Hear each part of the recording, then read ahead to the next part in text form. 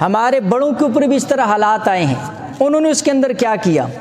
حضرت جی مولانا یوسف کاندھلوی رحمہ اللہ، مولانا الیاس رحمۃ اللہ علیہ کے جو فرزند ہیں اور منتخبہ حدیث جن کی تصنیف ہے، تو حضرت جی مولانا یوسف رحمہ اللہ کے پاس لوگ آئے اور شکایت کی کہ مہنگائی بڑھ گئی ہے، تو کیا ہم مظاہرہ کر کے حکومت کے سامنے اپنی اس چیز کو پیش کر سکتے ہیں کہ نہیں کر سکتے؟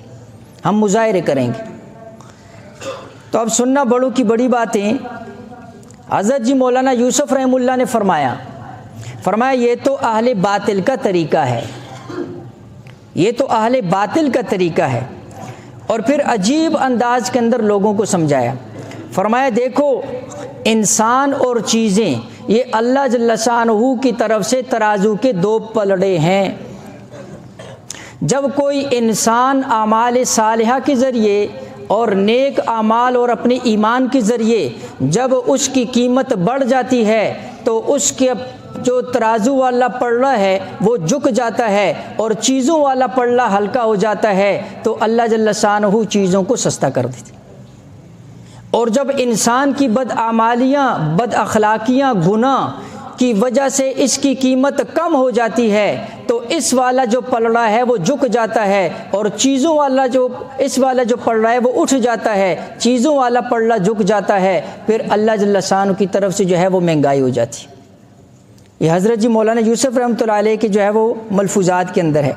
پھر عجیب بات فرمایا دیکھو لوگ تمہیں فقر سے ڈرائیں گے، بھوکے مر جاؤ گے، کیا ہوگا، کھانے کے لیے کچھ نہیں ہوگا۔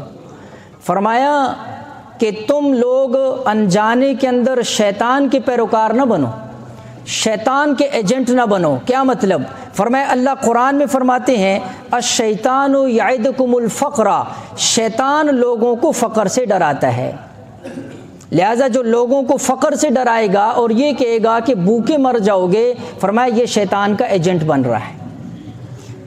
اور پھر فرمایا کہ دیکھو اس بات کے اوپر جو ہے اللہ جل شانہ کی طرف سے جو ہے وہ قسم اٹھا کر فرمایا اگر کسی انسان کی روزی سمندر کی تہوں کے اندر بڑے ہوئے ایک بند پتھر کے اندر بھی ہو، اللہ جل شانہ اس پتھر کو پھاڑے گا اور اس کے اندر سے روزی نکال کر اس روزی جس کے مقدر کے اندر اس کو پہنچائے گا۔ اس کے اوپر ایمان ہونا چاہیے، اس کے اوپر یقین ہونا چاہیے۔ اس لیے فرمایا کہ دیکھو جو رزق اللہ نے تمہارے لیے لکھ دیا ہے، مہنگائی اس رزق کو تم ہم سے روک نہیں سکتی ہے، اللہ تمہارے لیے وہ رزق ضرور پہنچائے گا۔